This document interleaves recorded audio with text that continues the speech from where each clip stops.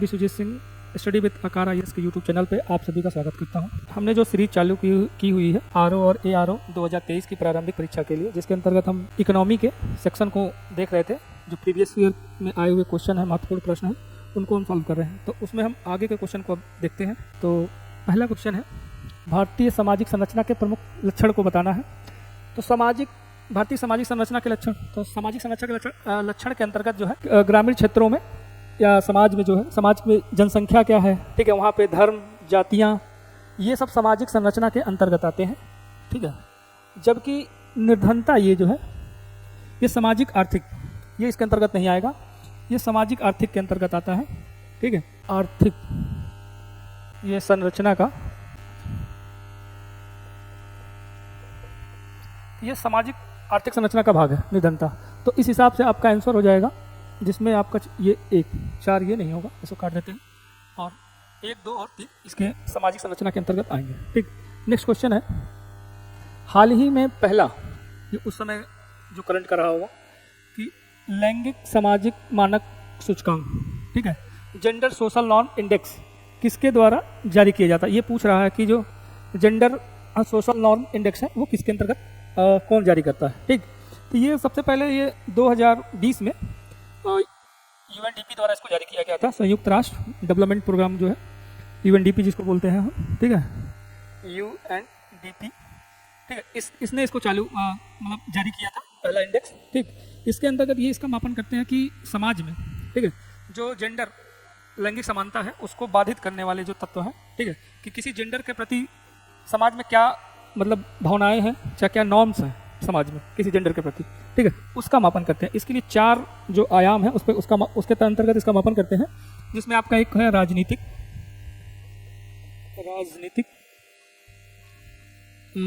शिक्षा आएगा,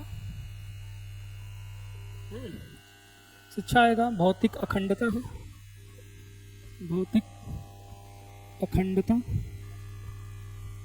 और एक आपका आ जाएगा शिक्षक, और एक और है इसमें जो बताया गया है आर्थिक कारण, ठीक है, इसमें एक आर्थिक कारण भी आपका आएगा।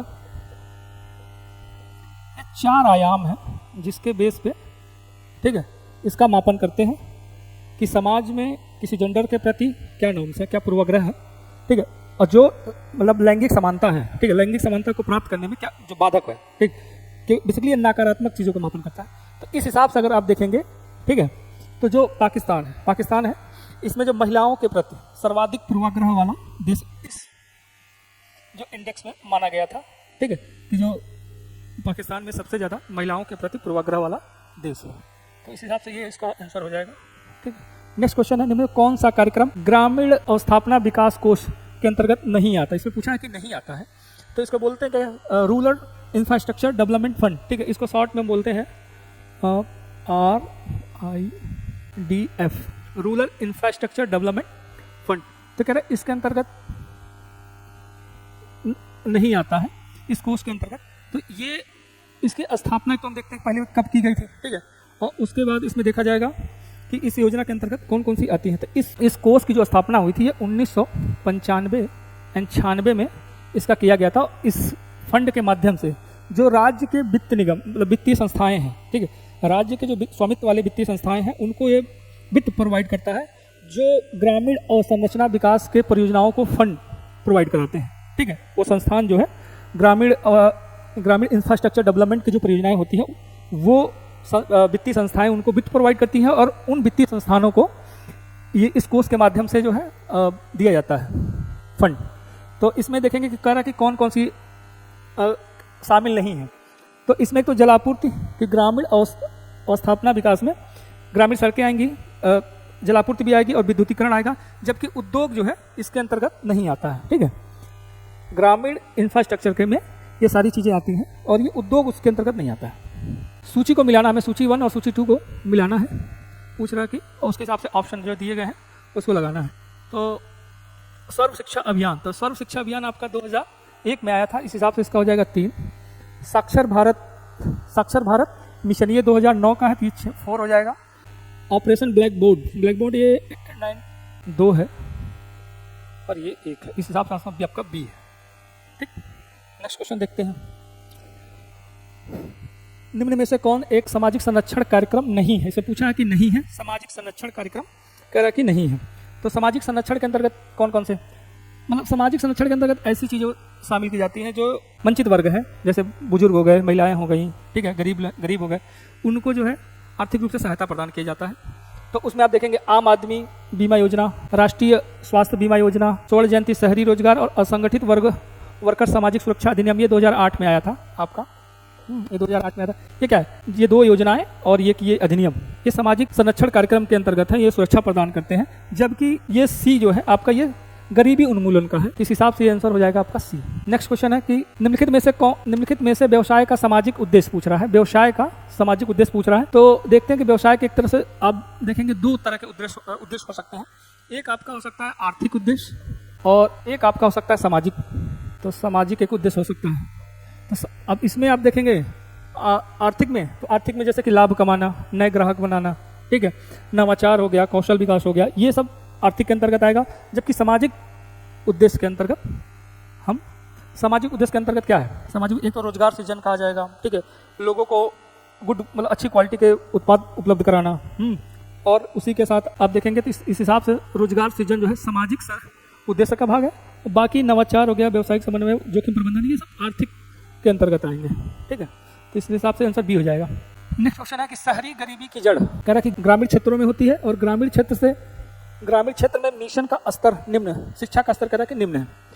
तो और ऑप्शन है कि ए और आर दोनों सही हैं, और आर ए का सही स्पष्टीकरण करता है। तो इस हिसाब से यही आपका सही है, क्योंकि अगर आप देखेंगे तो शहरी गरीबी की जड़, ठीक है, क्योंकि जो गाँवों से पलायन करके लोग आते हैं गाँव शहरों में, वो उनकी मतलब जो आय है वो निम्न स्तर का होने की वजह से ये मलिन बस्तियों में रहते हैं, ठीक है। और उसका मुख्य कारण क्या होता है कि शिक्षा का अभाव, शिक्षा का जो स्तर होता है उनमें वो निम्न होता है, ठीक, जिसके कारण वो अच्छी जगह मतलब एक आय का सृजन जो है वो कम होता है, जिसके कारण वो ऐसे क्षेत्रों में रहने के लिए और मजबूर होते हैं। तो इस हिसाब से आंसर आपका हो जाएगा ए। नेक्स्ट क्वेश्चन है बधुआ मजदूरी पर रोक अधिनियम। बधुआ मजदूरी पर रोक अधिनियम कह रहा है, इसको बाउंडेड लेबर एक्ट भी बोलते हैं, ठीक है। तो ये आपका 1976 में आया था, ठीक है, बाउंडेड लेबर एक्ट, ठीक। नेक्स्ट क्वेश्चन है स्वावलंबन योजना निम्नलिखित में से किस उद्देश्य की पूर्ति करती है? ठीक है, स्वावलंबन योजना पूछ रहा है। ये आप देखेंगे तो एक स्वावलंबन कार्यक्रम है और एक स्वावलंबन योजना है, ठीक है।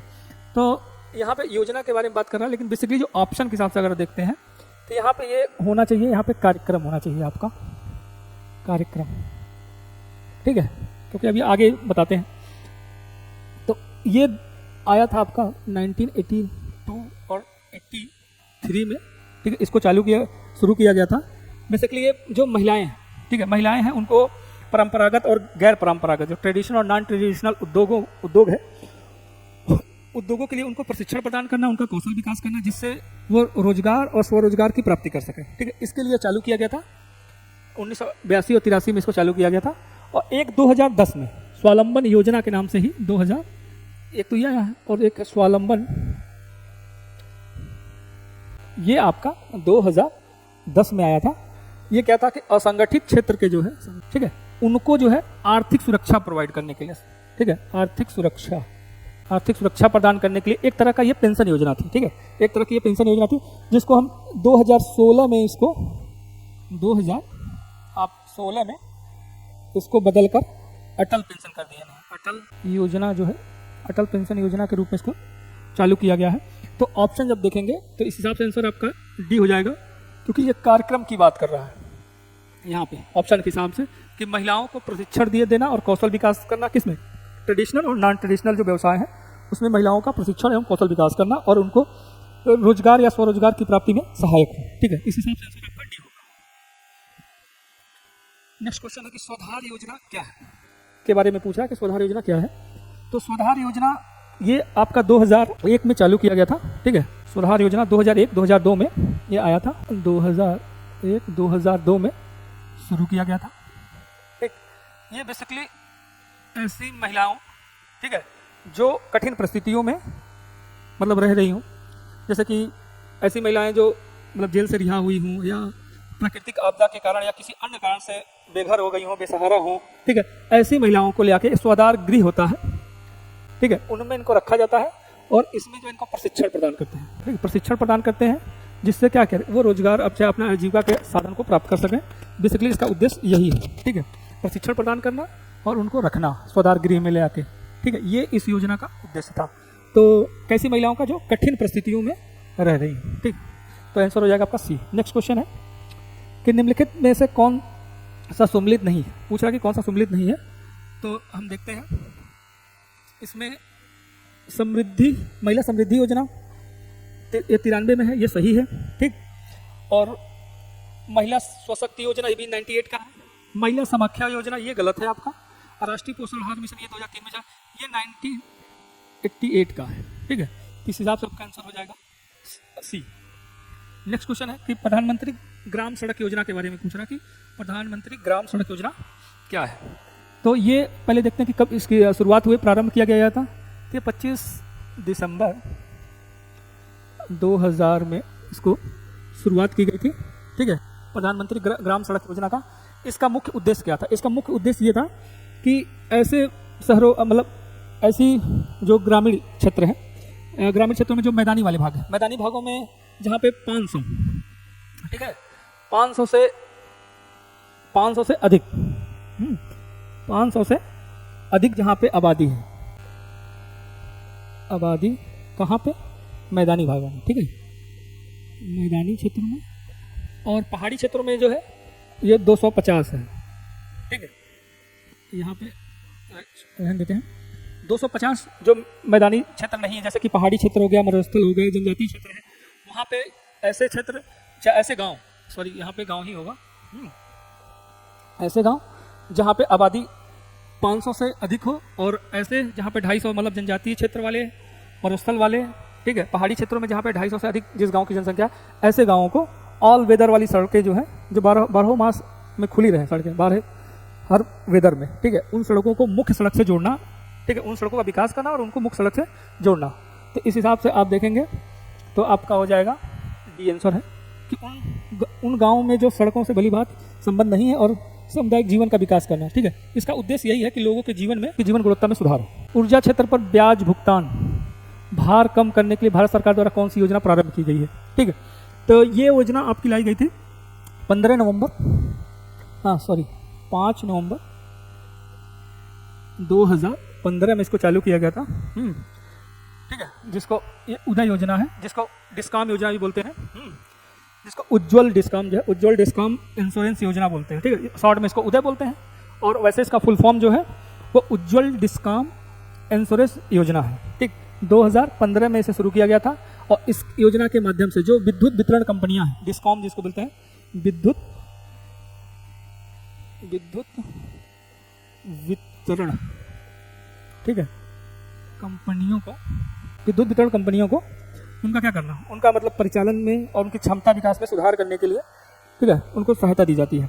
इसके माध्यम से इसे ब्याज भार हो गया, ठीक है, ये ब्याज भार का जो कह रहा ना, भार को कम करना, तो ब्याज भार हो गया, उनकी विद्युत लागत है उसको कम करने के लिए, ठीक है, जो AT&AC जो होता है इसके अंतर्गत आता है, ये बोलते हैं AT&AC बोलते हैं, एग्रीगेट टेक्निकल एंड कॉमर्शियल, ठीक है, ये सब जो हानियाँ हैं लागत की, इनकी जो लागत है उसको कम करना, जो हानि है उसको, उसके नुकसान की भरपाई के लिए ये योजना चालू की गई थी, उदय योजना, ठीक है, सी हो जाएगा। नेक्स्ट क्वेश्चन है संगम योजना के बारे में पूछ रहा है कि संगम योजना के कह रहा है कि उद्देश्य क्या है। तो ये पहली बात चालू कब किया गया था कि 15 अगस्त 1996 को चालू किया गया था, ठीक है, 1996 में चालू किया गया था। इसका कह रहा कि उद्देश्य पूछ रहा है कि उद्देश्य क्या है। तो संगम क्या है कि ग्रामीण क्षेत्र में रहने वाले जो विकलांग व्यक्ति हैं, विकलांग व्यक्तियों का उनको एक समूह के रूप में गठित करना, ठीक है, विकलांग व्यक्तियों का, इसका आंसर हो जाएगा डी, ठीक है। इसका इस योजना का उद्देश्य क्या है कि जो ग्रामीण क्षेत्र में रहने वाले विकलांग है उनको संगठित करना ग्रुप के रूप में, समूह के रूप में, और प्रत्येक ग्रुप को, ठीक है, इसको मैं लिख देते हैं कि यहाँ पे विकलांग व्यक्तियों करना, और एक तो ये है, दूसरा ये है कि प्रत्येक समूह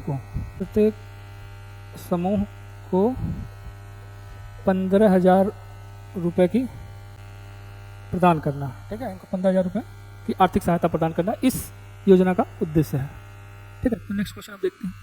नेक्स्ट क्वेश्चन है कि Atal mission for the reservation and urban transformation योजना, इसको 60 में हम अमृत योजना भी कहते हैं, कह रहा है कि इनके कथनों पर विचार कीजिए। ठीक है, इस योजना का के बारे में बेसिकली हमको डिस्कस करना है। तो कह रहा है कि इस मिशन के अंतर्गत 400 शहरों को रखा गया है। अमृत योजना देश की 60% नगरीय आबादी को समाहित करती है। तो ये तो सही स्टेटमेंट है कि अमृत योजना के अंतर्गत जो शहरी आबादी है, देश की कुल शहरी आबादी का 60% ये इस योजना के अंतर्गत कवर किया जाता है। और ये जो 400 शहर दे रहे हैं, ये 400 नहीं है, ये 500 ऐसे शहर हैं जिनको रखा गया है, जिनका मतलब पुनर्विकास करना है। इसके अंतर्गत क्या करते हैं, इसके अंदर बुनियादी सुविधाएं, ठीक है, इन शहरों में बुनियादी सुविधाएं प्रदान किया जाता है इस योजना के अंतर्गत। ठीक है, सुविधाएं, बुनियादी सुविधाएं जो है इनको प्रदान करते हैं। अब बुनियादी सुविधाएं उसमें कौन कौन सी हैं, तो इसमें आप देखेंगे तो शहरी क्षेत्रों में मतलब सीवेज का प्रॉब्लम, ठीक है, उसको सॉल्व करना, ठीक, उसका विकास करना, जलापूर्ति का, रोड सड़कों के किनारे पैदल मार्ग चलने के लिए ग्रीन एरिया बनाना, मनोरंजन के सेंटर बनाना, ठीक, ये सब क्या है इस योजना के अंतर्गत मतलब शामिल है, इसका किया जाता है। तो इस हिसाब से ये आपका गलत है और ये सही है, तो केवल 2 आंसर हो जाएगा। नेक्स्ट क्वेश्चन है, निम्नलिखित कार्यक्रमों में से कौन स्वर्ण जयंती ग्राम स्वरोजगार योजना में शामिल नहीं है। ठीक है, स्वर्ण जयंती ग्राम स्वरोजगार योजना में शामिल नहीं है। तो पहली बात ये देखते हैं कि ये योजना कब लाई गई थी और इसके अंतर्गत कौन कौन सी शामिल नहीं है। तो इसको लाया गया था 99 में, ठीक है, स्वर्ण जयंती ग्राम स्वरोजगार योजना। और इसमें क्या कि 6 योजनाएं जो है 6 योजना शामिल है, 6 योजना इसमें शामिल है। एक तो यही है IRDP, इसको बोलते हैं इंटीग्रेटेड रूरल डेवलपमेंट प्रोग्राम। ट्राइसेम है डवाक्रा, ठीक है, डवाक्रा है, इसको ऐसे लिखते हैं डवाक्रा। ग्रामीण महिला एवं बाल विकास योजना है। और एक ये है JY, तो ये इसमें शामिल नहीं है। ठीक है, क्योंकि पूछा कि नहीं है तो ये इसमें शामिल नहीं है। तो इसमें और कौन सी है, तो एक है गंगा कल्याण योजना, इसके अंतर्गत शामिल किया जाता है। उन्नत टूलकिट योजना है, उसको शामिल किया गया है। 10 लाख कूप योजना, ठीक है, ये सब इसमें शामिल है। इसके अंतर्गत और देख लेते हैं, एक है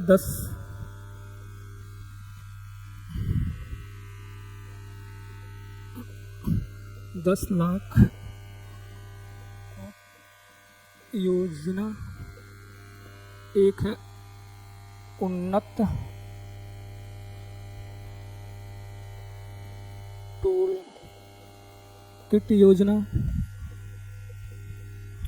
और गंगा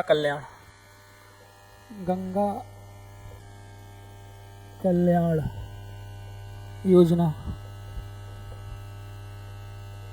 इसमें शामिल है। ये 3 ये है और ये 3 है आपकी, तो टोटल आपकी 6 योजना इसमें हो गई। नेक्स्ट क्वेश्चन, सामुदायिक विकास कार्यक्रम कब लागू किया गया था। पूछा कि सामुदायिक विकास कार्यक्रम कब लागू किया गया था। तो सामुदायिक विकास कार्यक्रम आपका 2 अक्टूबर 1992 को इसको शुरू किया गया था। ठीक है, बेसिकली इसका काम क्या था कि कृषि क्षेत्र में और संचार के क्षेत्र में उनका विकास करना, ग्रामीण क्षेत्रों में स्वास्थ्य, शिक्षा, स्वच्छता इनकी वृद्धि करना, ये इस योजना का मूल उद्देश्य था। तो ये 2 अक्टूबर 1992 को शुरू किया गया था। नेक्स्ट क्वेश्चन है, निम्नलिखित घटनाओं पर विचार कीजिए और कालक्रम के अनुसार इनको व्यवस्थित कीजिए। ठीक, तो सामुदायिक विकास कार्यक्रम ये तो अभी बताया ही कि ये 52 का है, 52 का है। उसके बाद ये 1957 का है, की विलेज। ठीक है, की विलेज वाला आपका एक कार्यक्रम था, लाया गया था की विलेज के नाम से। तो इसमें ये पहली पंचवर्षीय योजना में थी मेरे ख्याल से, हाँ, ये पहली पंचवर्षीय योजना में थी 1950, पहली पंचवर्षीय योजना में। और ये है आपका जिला ग्राम विकास अभिकरण। ठीक है, इसको बोलते हैं डिस्ट्रिक्ट रूरल डेवलपमेंट अथॉरिटी। ठीक है, ये 99 में बेसिकली इसको लाया गया था, हमको लगता है ये 99 में इसको लाया गया था, डिस्ट्रिक्ट रूरल डेवलपमेंट अभिकरण। तो इस हिसाब से अगर हम देखते हैं क्रम इसका लगाएंगे तो सबसे पहले आपका आएगा 3 नंबर की विलेज, फिर आपका आएगा 1, फिर आपका आएगा 2, फिर आपका आएगा 4। तो देखते हैं, तो इस हिसाब से सी आंसर होगा। नेक्स्ट क्वेश्चन है कि राष्ट्रीय ग्रामीण विकास संस्थान, ठीक है, राष्ट्रीय ग्रामीण विकास संस्थान कहाँ स्थित है। तो ये आपका हैदराबाद में स्थित है। नेक्स्ट क्वेश्चन देखते हैं, सबरी संकल्प अभियान पूछ रहा है कि इसके संबंध के बारे में बताइए। सबरी संकल्प अभियान ये उत्तर प्रदेश सरकार की योजना है जो 1993 में इसको चालू किया गया था, 93 में इसको शुरू किया गया था उत्तर प्रदेश सरकार द्वारा। ये बेसिकली इसको लाया गया था किसके लिए? इसको कुपोषण मिटाने के लिए लाया गया था, कुपोषण को कम करने हेतु, कुपोषण को कम करने के लिए शुरू किया गया था। और ये किससे संबंधित है?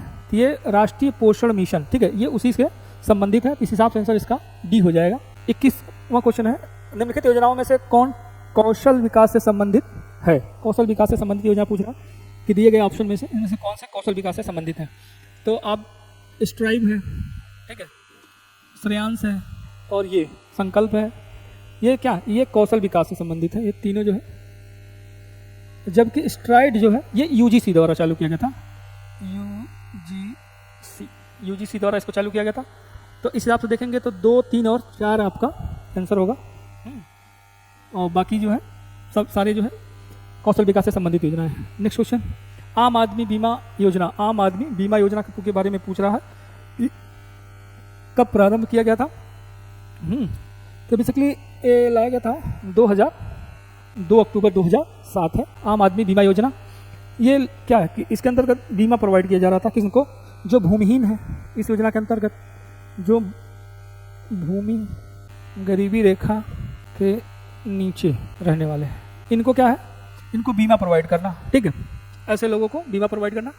अगर प्राकृतिक मृत्यु होती है, ठीक है, उस पर 30,000 है और दुर्घटनावश मृत्यु होने पे 75,000, ठीक। अगर आप एक्सीडेंट में मान लीजिए पूर्ण रूप से विकलांग होने पे 75,000 ही है और आंशिक रूप से विकलांग होते हैं, ठीक है, तो उसमें 37,500, ठीक। ये इसके अंतर्गत प्रोवाइड किया जाता है, मतलब इतना बीमा कवर देते हैं, ठीक। और ये शुरू किया गया था 2 अक्टूबर 2007 को। नेक्स्ट क्वेश्चन है, राष्ट्रीय ग्रामीण स्वास्थ्य मिशन। स्वास्थ्य मिशन ये गलत लिखा हुआ है, हाँ, किस पंचवर्षीय योजना में शुरू किया गया था, ठीक है। तो राष्ट्रीय स्वास्थ्य मिशन बेसिकली आया है 2005 में इसको शुरू किए हैं। और उस समय जो 10वीं पंचवर्षीय योजना चल रही थी, ठीक है, 10वीं पंचवर्षीय योजना ये 2002 से 2007 के बीच में थी, उसी में इसको चालू किया गया था। इसको बोलते हैं क्या? National rural health mission, NRHM बोलते हैं। ये वही है। सर्व शिक्षा अभियान में करके किस आयु वर्ग के लोगों को शामिल किया जाता है, ठीक है। तो आगे हमने भी देखा ही था, ये 2001 में इसको शुरू किया गया था इस योजना को, सर्व शिक्षा अभियान को। तो इसके अंतर्गत 6 से 14 वर्ष, ठीक है, 6 से 14 वर्ष के बच्चे जो हैं उनको शामिल किया जाता है। और इसके अंतर्गत प्राथमिक शिक्षा है, प्राथमिक शिक्षा को बढ़ावा देना इसका उद्देश्य है।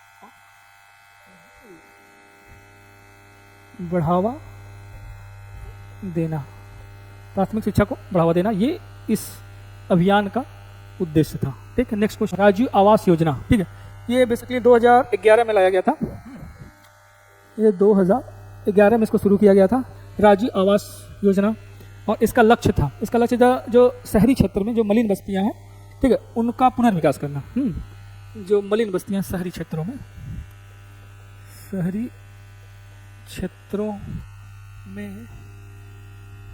मलिन बस्तियों का पुनर्विकास करना, किनका? मलिन बस्तियों का शहरी क्षेत्रों में। और उनमें मलिन मतलब पुनर्विकास में कैसा का जो आधारभूत सुविधाएं हैं, ठीक है, मलिन बस्तियों में वो प्रोवाइड करना। जो आधारभूत सुविधाएं होती है जैसे कि सीवेज की समस्या, जलापूर्ति वाली समस्या, इनका समाधान करना। और आवास की योजना है कि मतलब वहाँ पे ऐसे आवास बनाना जो वो वहन कर सके, उनके वहन करने योग्य हो, ठीक है। तो इस योजना में मलिन बस्ती मुक्त भारत अभियान के अंतर्गत ही है, मतलब ये योजना थी, ठीक। नेक्स्ट समाप्त, थैंक यू।